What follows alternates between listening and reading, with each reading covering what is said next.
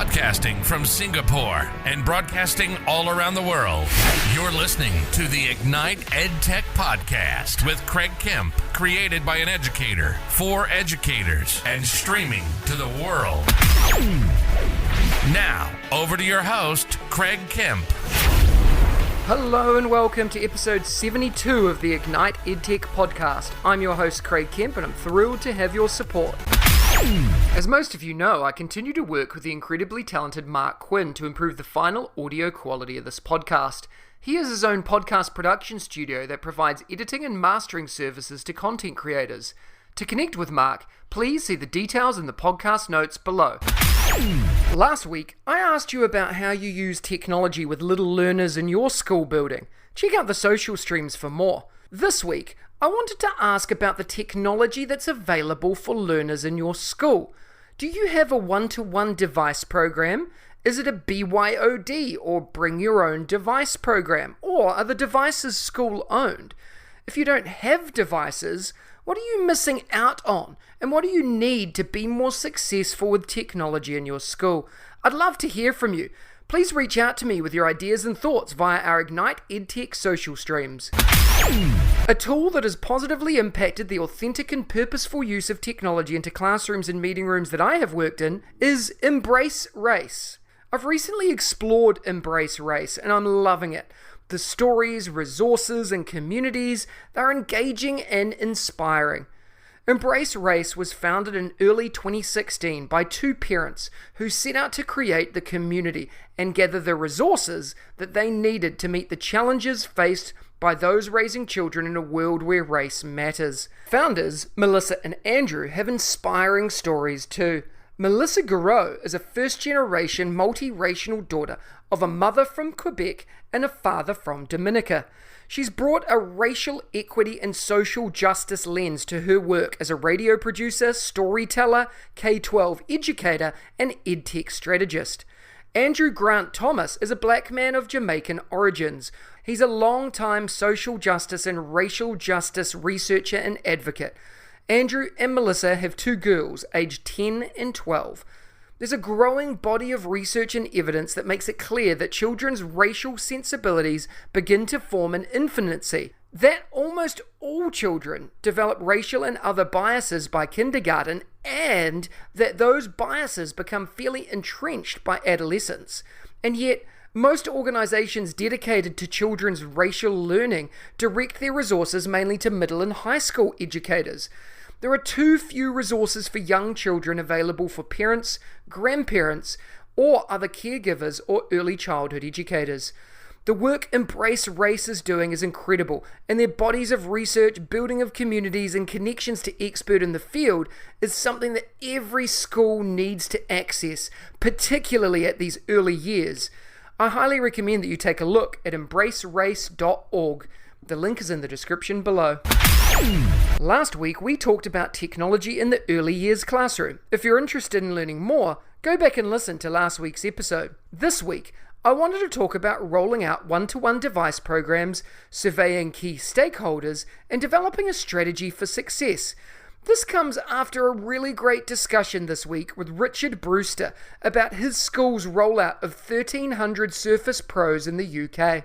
First and foremost, in previous episodes of this podcast, we've talked about my ideas on developing strategy for rolling out programs, as well as the importance of culture in developing those successful and sustainable programs in your schools.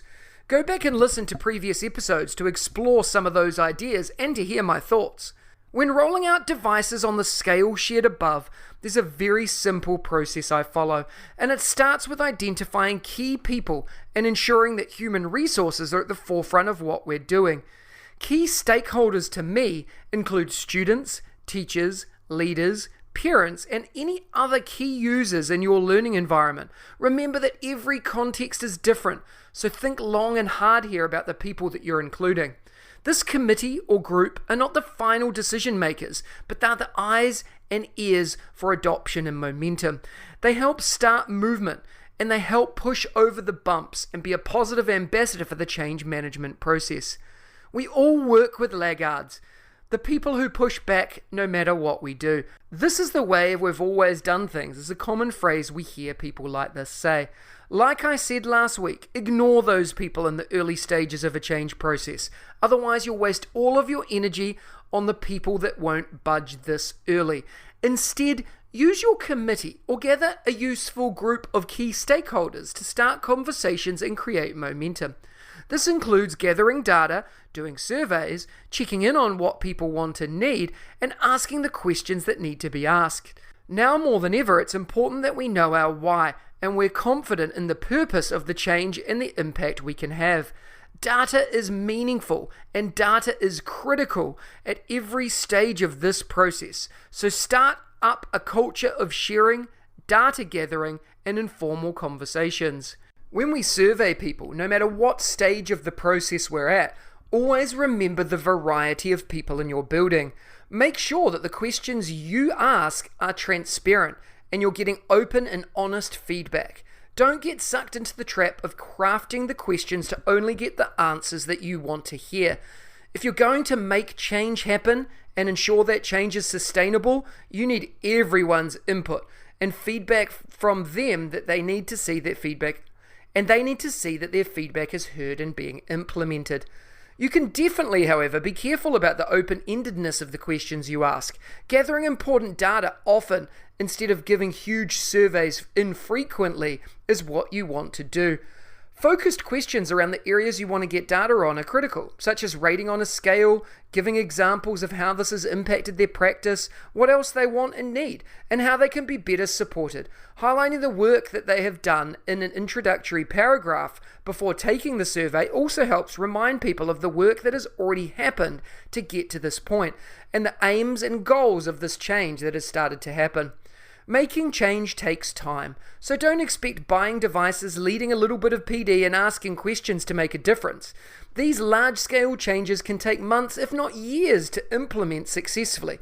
So celebrate the small wins and ensure you set yourself and your team small, medium, and long-term goals to work towards.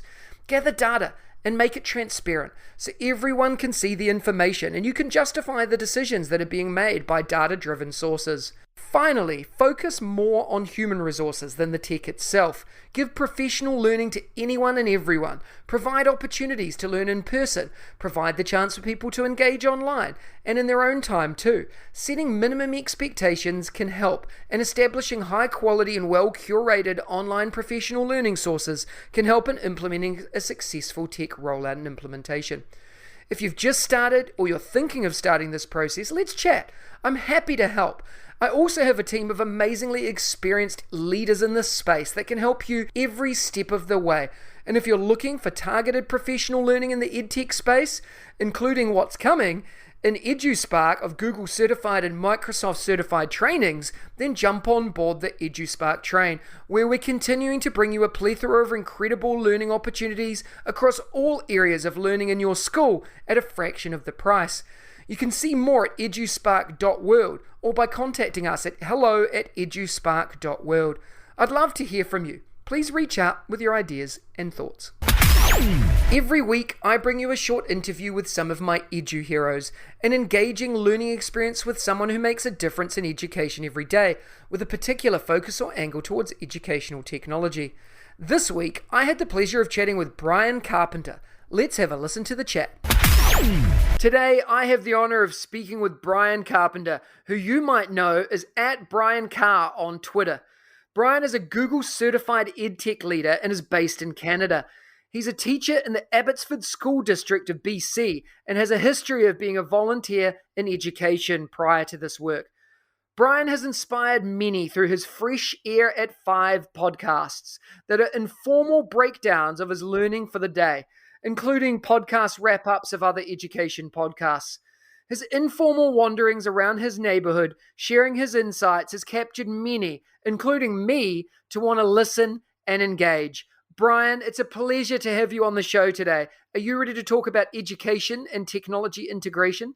Absolutely, Craig. Let's go. Awesome, man. Why don't you start by telling us a little bit about your current role and what inspires you to do what you do? All right, my current role right now, I work at a K-12 school. We are the distributed learning, actually the name has changed now to online learning school in our school district. So we're a public school, but we have many students that don't come to our school building, but work with us from a distance. My town is about 60 minutes east of Vancouver, British Columbia, that you might know from the 2010 Winter Olympic Games that happened here in Vancouver. My role at my school is that I'm a library learning commons teacher, where I work with our classroom teachers from young, all the way from kindergarten to grade 12, that come for on-site classes to teach them technology integration. And also I teach math and chemistry online to our secondary students. I've been teaching for the past 13 years. You asked what inspires me to do what I do. That's a great question. And today, just this morning, I saw evidence of what inspires me. I was working with their grade 3 to grade 8s, getting them going in Google Classroom on their Chromebooks and Adobe Spark. I co-teach with the classroom teachers. And what I saw today was the ahas and wows as the students were able to log in. The grade 3s were able to type their email address in to get into the Chromebooks and to then to log out. And I had them practice that, but they were like, oh, this is pretty cool. And like that simple act of logging in, right? Like we take that kind of stuff for granted, but then also with our grade 8s, grade 6 to 8s, and how they were using Adobe Spark on the iPads to make some simple graphic creations. Another thing that happened this morning, and this gets around to it, is how, we develop relationships with our students over the years that we can have meaningful conversations about, their trajectory in education.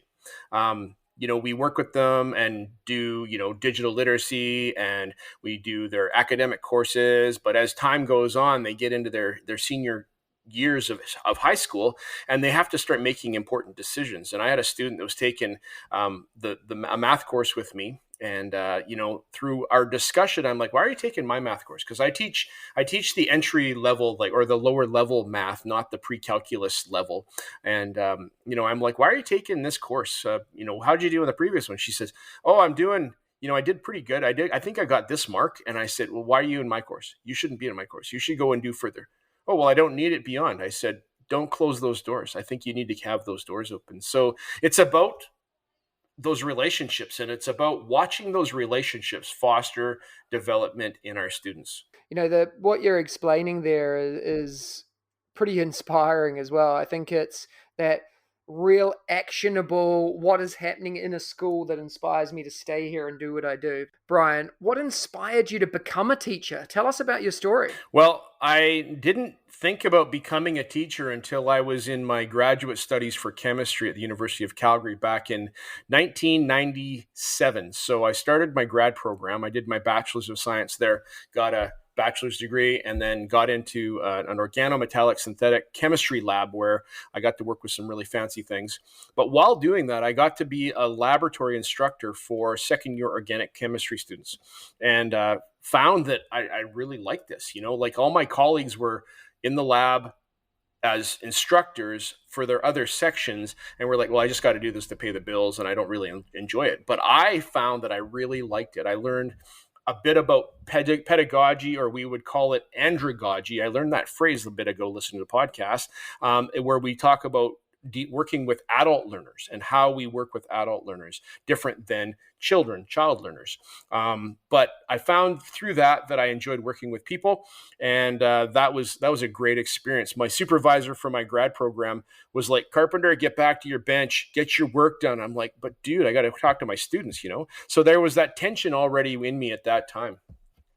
Fast forward a few years, I worked at a pharmaceutical company here just down the road from my house, and I was privileged to be a scientist at Science.World in Vancouver as a volunteer, where I got to go into schools and talk about what I do. Like, what do I do in the lab every day, And so that was pretty cool to be able to do that, and I'm like, wow, that's awesome. But I didn't have a smooth transition from that job into a teaching job, and that smooth transition, unless there's, tension and strife and stress, needs to happen, right? And so Well, that came around a few years later. After 7 years as a research scientist, our company was sold after a hostile board takeover. So, you can't survive one of those things, I mean, you can, because I'm doing okay, but the company doesn't survive. And so it's like, well, what are you going to do when there's 40 research scientists on the street the next day?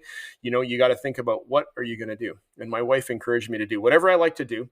And so I inquired about the education program at Simon Fraser University in Burnaby, and I took my PDP program because I had an undergrad and a bachelor and a master's degree already, and got a job right away after that 1 year, and have been working full-time ever since. My neighbor, who's a principal, and his wife, who's also a teacher, I actually, before I went to Simon Fraser for that meeting, I'm like, why do you guys do what you do? And they sat down with me one night and talked to me for an hour about the joy of education. So that really made a difference for me. And that's what inspired me to get into education.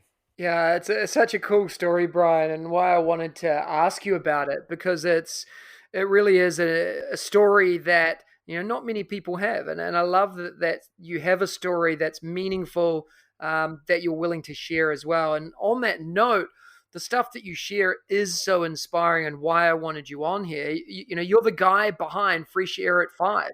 Tell us about this and why you started the podcast. All right. Well, so Fresh Air at 5 is a hashtag that I started back in April of 2019. But before that, in 2018, I read a book called Balance Like a Pirate, written by Sarah Johnson, Jessica Johnson, and Jessica Bean. And Sarah Johnson was a guest on Tim Cavey's podcast, Teachers on Fire. I'm not sure if you've heard of it. Fantastic podcast. And she talked about her book, and I listened, and I'm like, I should probably get that. So I got it. And it sat on my shelf for about 6 months. And then I'm like, well, I should probably read this book. And it was about work-life balance, and about how our lives are made up of not just, work and life, the other part of it, but made up of a personal, a professional, positional, and a passion quadrants of our lives, and how we need to keep these things in balance and in check with each other so that the plate doesn't fall off the stick, right? It's like a balancing plate. So to deal with the personal part, I decided that I needed to get some exercise, and I went to the gym, and I started going at 5 a.m. and I would listen to music. And then, after a while, I'm like, no, this is too hard. I got to do something that's more local to where I am. So I got a pair of running shoes, and I stepped out the door one morning and started walking and started listening to podcasts. And I'd listen to podcasts, and then I'd, think about what I heard, and I'm like, I got to tell somebody about this. So on Twitter, I would type as many words that were of significance in 240 characters, which isn't many. And then I'm like, well, if I can put a graphic with that, I can add another, 40 or 50 words, right? And so I would add something and put a picture that was meaningful. And that got me going with my Fresh Air at 5 hashtag, right? And I'm like, am I allowed to start a hashtag? Who can start a hashtag, right? Is there rules to this? So I didn't know, right? So I'm like, I did this and got going. And then eventually I'm like, you know what? I got more to say. How do I say more? And it was through listening to the Teach Better Talk podcast, and Jeff Gargas was talking about how he was thinking about, starting doing selfie video kind of things and sticking them on his tweets, so that he could have more to say. And I thought, that's a great idea. So I looked into that and discovered I got 2 minutes and 20 seconds more space if I talk than if I just type, And so you can say a lot of words in 2 minutes and 20 seconds, right? So that got me going on that. And I did that for a while. And, I had people going, oh, that sounds really cool, Bryon. That's great. But then Chris Nesi of House of EdTech was listening, and he called me out on his podcast one time. And he says, Carpenter, you need to start a podcast. And I'm like, and I'm listening to this as I'm walking in the morning, right? And I'm going, okay, so I guess I better DM the guy, because we've chatted a little bit before. So I DM him, and he goes, no, I'm like, I don't have an idea, kinda. Do I do an interview? He goes, no. You already have the content. And I'm like, come on, what do you mean? He goes, all that audio that I listened to from your videos, just take that, stick it all together, and people will listen. And I'm going, who's going to listen? I'm like, he goes, there's educators out there and people that will listen to what you have to say. And I'm like, okay. And so on January 5th of this past year, Chris Nesi invited me before my podcast launched to go to a podcasters summit with Tim Cavey. We had a roundtable discussion about podcasting, and I was the new kid on the block that didn't even have a podcast launched yet. But that night, Chris spent time with me.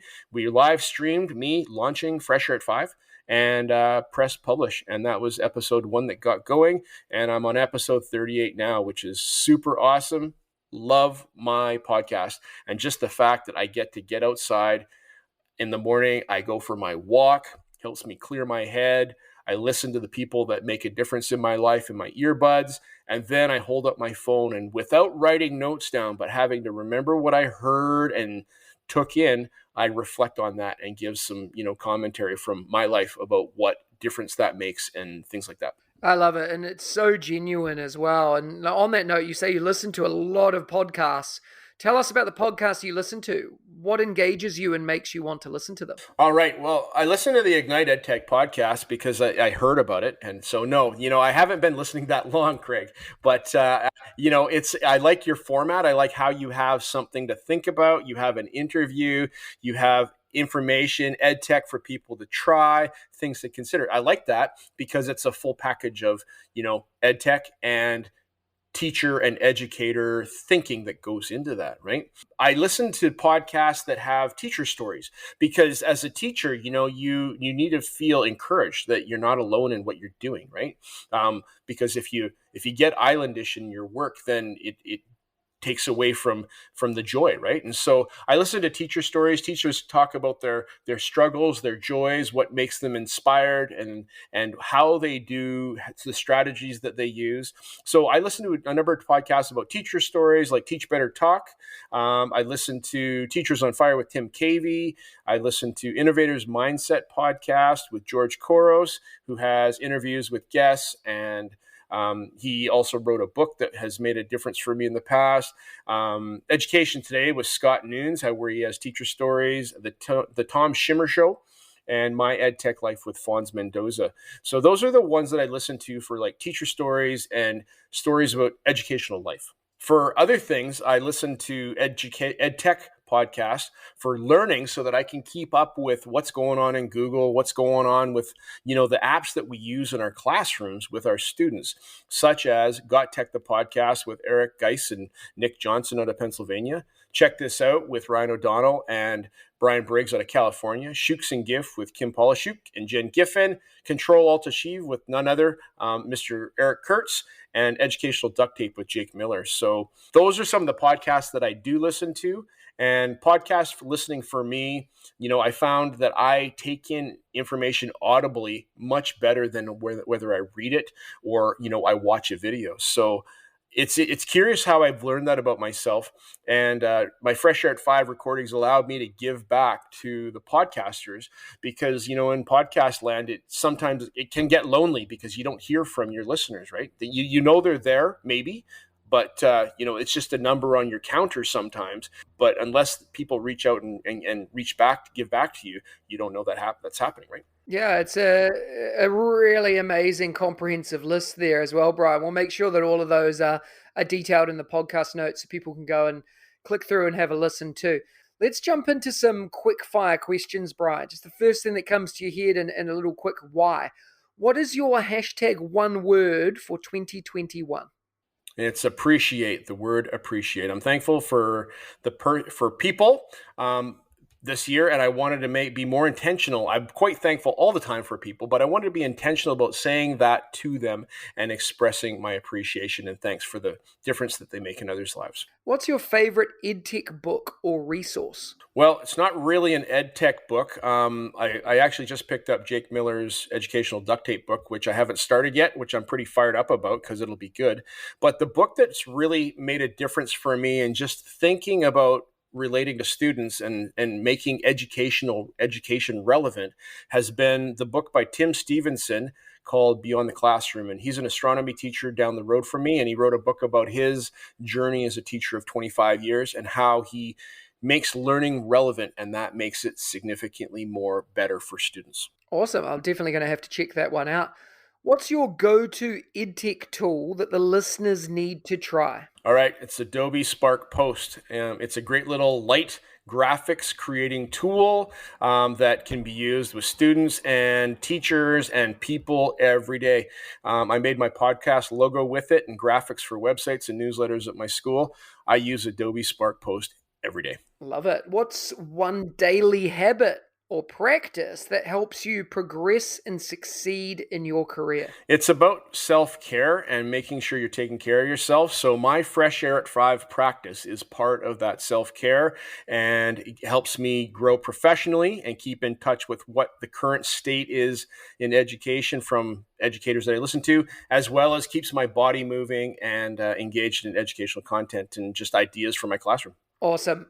Last one from me. What's your favorite education-focused quote? Every obstacle is an opportunity waiting to happen. And so that came into my head back in the day when I was working in the chemistry lab. And I don't think it's actually written by anybody, but I kind of put it together. You know, we look at the great and small discoveries in the world, and it came from places of adversity and places that had obstacles, right? You know, you look at the space race in the United States, you know, with Russia and the United States back in the 60s.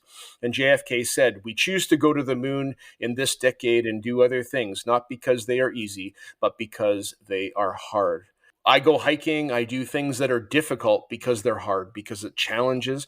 And though I think that if we have a practice of doing hard things, we can overcome things that are hard because we have a practice of doing so. Yeah, it's really good advice. I really love that. And you've given us so many nuggets of wisdom, resources, links, and ideas today, Bryon. I know people are going to want to follow and connect with you. What's the best way for them to do that? The best way for you to connect with me professionally, educationally, is on Twitter at Bryon Carr, BRYONCAR. And you can follow me there, or at Fresh Air at 5, all one word.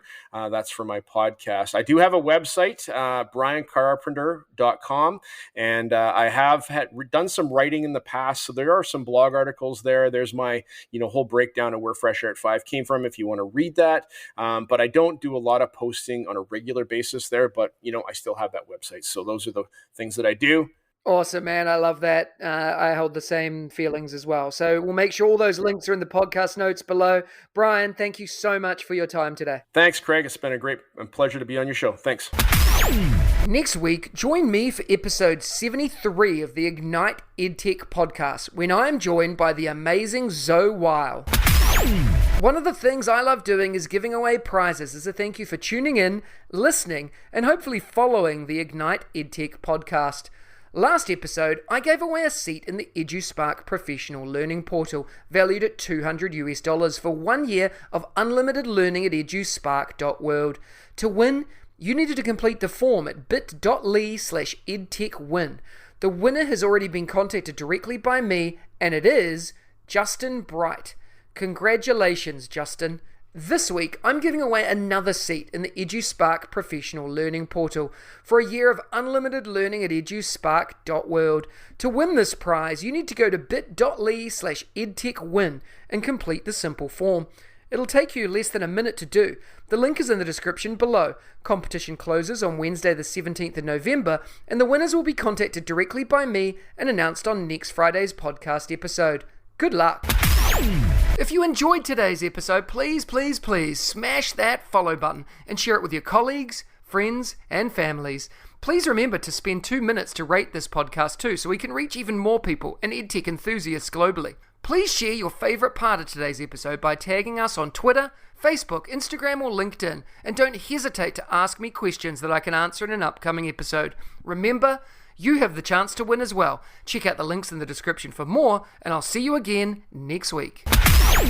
If you liked today's episode, please don't forget to subscribe so you don't miss another episode.